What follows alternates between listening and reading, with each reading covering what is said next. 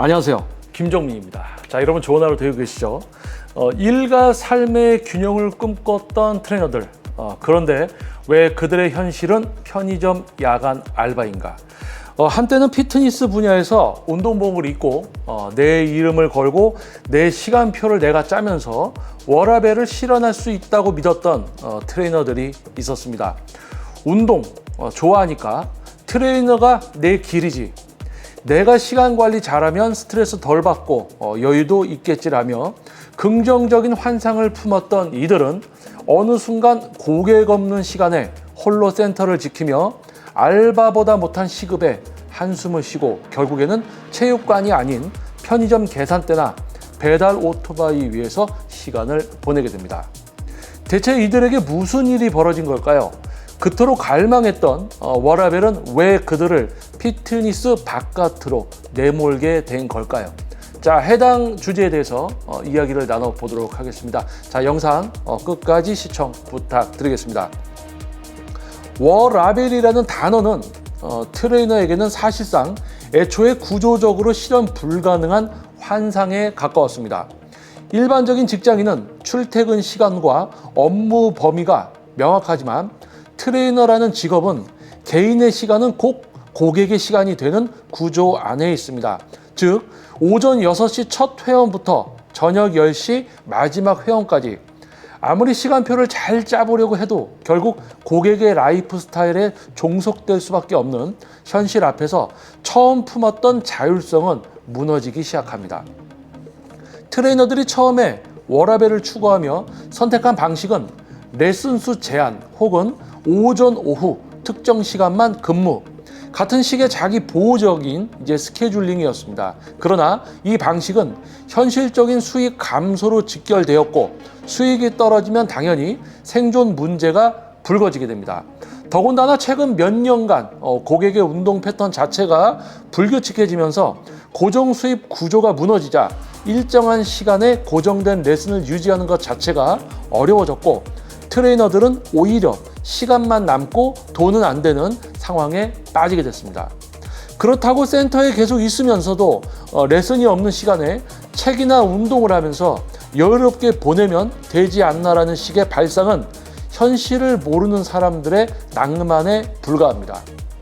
피트니스 센터는 결코 휴식 공간이 아닙니다. 주변 회원 눈치, 대표 또는 다른 트레이너들과의 미묘한 관계, 상담 응대, 청소, 기구 정리, SNS 콘텐츠 제작, 간헐적인 운동 지도 요청 등으로 인해 온전히 나만의 시간이라고 할 수 없는 순간은 나만의 시간이라고 할 수 있는 순간은 거의 없습니다.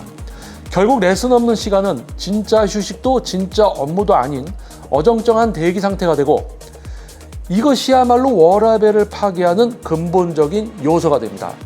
이런 구조 속에서 워라밸을 지키고자 했던 트레이너들은 점점 지치고 시간 대비 효율이라는 현실적인 문제에 직면하면서 내가 이 센터에 앉아있는 이 시간에 차라리 시급 12,000원짜리 알바라도 했으면 돈은 벌지 않았을까? 라는 생각을 하게 됩니다. 결국 트레이너의 정체성보다 생계를 우선해야 할 시점이 오고 그들은 하나둘 피트니스계를 떠나 시간제 아르바이트 시장으로 흘러들어갑니다. 거기선 적어도 일한 만큼은 받으니까요. 그리고 한 가지 더, 체육관이라는 공간은 생각보다 심리적 소모가 큽니다. 운동을 가르치는 일이 단순한 기술 전달이 아니라 회원의 감정 기복, 목표 미달에 따른 분노, 자기 합리화, 트레이너에 대한 투사 등 수많은 감정 노동을 요하는 구조이기 때문입니다. 워라밸을 원했던 트레이너들은 이런 감정 소모에 특히 취약한 경우가 많고 수익보다도 멘탈적 번아웃을 먼저 겪는 경우도 흔했습니다.